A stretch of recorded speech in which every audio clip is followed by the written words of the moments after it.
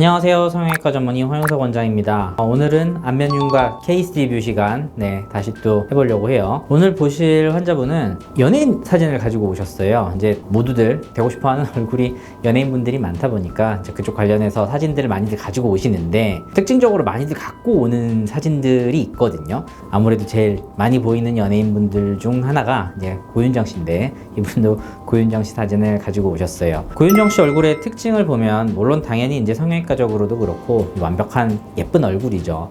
보면은 상안면부에서부터 중안면, 하안면으로 이어지는 라인 자체가 굉장히 부드럽고 매끄럽게 잘 떨어지고 있고, 특히나 얼굴 전체가 갸름하면서도 이목구비라 그러죠. 이런 것들이 굉장히 뚜렷하게 잘 잡혀 있어요. 그러니까 잘 보시면 작은 얼굴에 눈, 코, 입이 굉장히 이렇게 큼지막하게 자리 잡고 있다는 걸 알 수 있어요. 실제로 이제 사람들이 잘 모르는데, 고윤정 씨 얼굴 자체를 황금 비율이나 이런 걸로 분석을 해봤을 때는 사실은 중안면부가 약간 긴 편이긴 하거든요. 근데 이런 부분들이 워낙 이제 코가 오똑하고 날렵하고 큰 편이기 때문에 그런 부분들이랑 조화가 잘 맞고, 커다란 눈이 그 아래쪽 중안면부를 전체적으로 다 메꿔주는 이런 조화가 있는 밸런스가 맞는 얼굴이기 때문에 누가 봐도 예쁜 그런 얼굴이 되는 거죠. 자, 가지고 오신 환자분 사진을 보면 이 환자분도 특징적으로 중안면부가 조금 긴 편이에요. 그런 면에서 이제 고윤정 씨랑 약간 비슷한 부분이 있어요. 그러니까 그런 거를 이제 본인이 잘 알고 캐치해가지고 오신 것 같은데, 다시 환자분 얼굴로 돌아가서 보시면은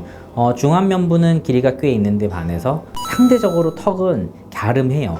작거든요. 근데 광대 부분, 특히 요 중안면부에서 광대 요 활이 딱 두드러져 보이는 거 또 바로 아실 수 있을 거예요. 약간은 뾰족하리만큼 이렇게 튀어나와 있는데, 요렇게 이제 튀어나와 있는 이런 부분 자체가 인상을 굉장히 강하게 만들면서 컴플렉스가 될 수 있겠죠. 그 부분을 안면윤곽 수술을 통해서 개선하고 싶으셨던 것 같아요. 이제 상담할 때는 물론 이제 물어보시거든요. 광대하면서 턱도 같이 해야 되느냐 하시는데, 이런 경우에는 저는 과감히 턱은 안 해도 되고 광대만 하셔도 된다고 그렇게 설명을 드리죠. 그리고 이제 옆에서 살짝 돌려보면 45도 쪽에서 보면 이제 광대 라인에서부터 중안면부로 이어지는 이 부분에 살짝 볼이 패여 있는 이런 모습도 관찰할 수 있어요.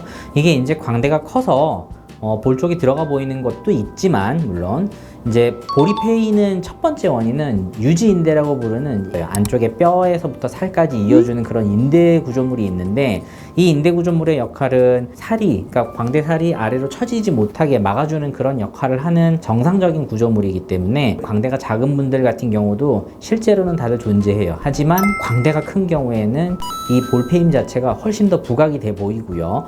그런 면에서 광대 축소 수술을 했을 때 이런 볼페임도 완화가 될 수 있다는 사실, 요것도 알고 계셨으면 도움이 될 것 같아요. 자, 이제 CT 사진을 볼게요. 정면에서 봤을 때 광대뼈의 전체적인 조직이나 이제 두께 자체가 굉장히 단단하고 확실하게 이제 크게 부피가 큰 형태로 형성이 되어 있는 걸 볼 수가 있고요. 그러니까 볼륨감이 있는 거죠. 그 다음에 45도 쪽에서 봤을 때 이런 식으로 관골이라 그래요. 광대의 체부 부위가 상당히 많이 튀어나와 있는 거를 확인할 수 있고요. 자, 반대편 광대에서 봤을 때도 전체적으로 광대 체부의 폭이라든지 두께라든지 이런 게 상당히 크게 형성이 되어 있는 걸 볼 수가 있어요. 자, 이제 고개를 들어서 보면 이제 광대 전체의 활, 아치 모양이 보이죠. 이 아치에서 보면 45도의 광대의 폭 자체는 그렇게 넓지 않은데 반해서 뒤쪽 부분, 그러니까 뒷광대 부분에 활이 존재하는 부분에 이 폭은 상당히 넓게 존재하고, 광골궁 바로 아래쪽에 위치해 있는 이 구멍의 크기 자체도 크게 형성돼 있어서 공간이 많이 남아도는 것을 볼 수가 있어요. 그러니까 이런 부분들이 전체적으로 광대의 크기를 크게 만들고, 그 다음에 중안면부에서 광대를 도드라져 보이게 만들어서 인상을 강해 보이게 만드는 그런 이유가 될 수 있다는 거죠. 그러니까 수술로 개선시켜야 되는 포인트들은 면밀히 잘 분석해서 각각 가장 이상적인 위치로 수술을 통해서 이 뼈의 위치를 맞춰주는 거예요. 이때 하나 알고 있어야 되는 게, 고개를 들어서 봤을 때 이 광대 활의 끝단 부분의 두께, 이 두께를 잘 보셔야 되는데, 이 뒤쪽 부분의 축소량은 실제로 이제 얼마나 집어넣는지도 중요해요. 그러니까 잘 집어넣고 잘 고정을 해줘야겠지만, 원래 자기가 가지고 있는 뼈 두께, 이 뼈 두께가 축소되는 양과 상당히 밀접하게 관련이 있어요. 왜냐하면 뼈 자체를 어긋나게 하면서 접듯이 집어넣기 때문에 뼈가 두꺼운 경우는 아무래도 축소량이 좀 더 클 수 있고요. 상대적으로 뼈가 너무 얇은 경우에는 축소량 자체가 조금 제한이 될 수 있는 거죠. 자, 이분 같은 경우는 고개를 들었을 때 보여지는 이 관골궁 활의 뒤쪽 부분, 그러니까 뒷광대의 뼈 폭도 상당히 두꺼운 편이라 축소했을 때 효과도 클 것으로 예측할 수 있어요.